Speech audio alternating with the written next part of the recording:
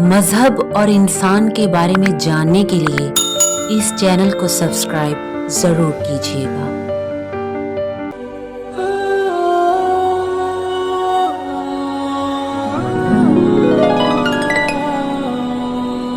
خدائی رشتے زندگی پر بوجھ نہیں ہوتے، بلکہ وہ زندگی کو آسان بنا دیتے ہیں۔ خدائی رشتے کیا ہوتے ہیں؟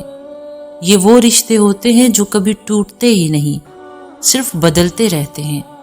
رشتے تو اس وقت ٹوٹتے ہیں جب ان سے لگائی ہوئی توقعات پوری نہیں ہوتی، لیکن خدائی رشتے لگائی ہوئی تمام امیدوں پر پورا اترتے ہیں۔ خدائی رشتے لوگوں سے ہی بنائے جاتے ہیں، لیکن نبھانے والے لوگ نہیں ہوتے۔ نبھانے والا وہ ہوتا ہے جس کے نام پر یہ رشتے بنتے ہیں۔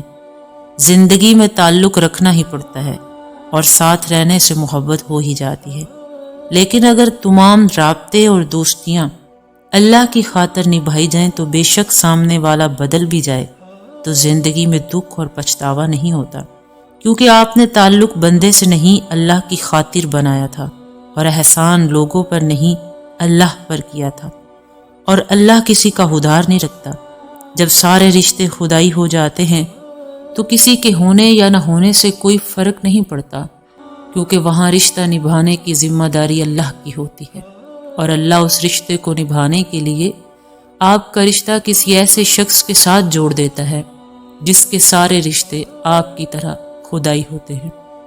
اور جب اللہ کو چاہنے والے دو دل ملتے ہیں تو نہ ہی اللہ ان کو چھوڑتا ہے اور نہ ہی وہ کبھی ایک دوسرے سے جدا ہوتے ہیں۔ اللہ سارے دنیاوی رشتوں کو خدائی رشتوں میں بدل جانے کی توفیق عطا کرے۔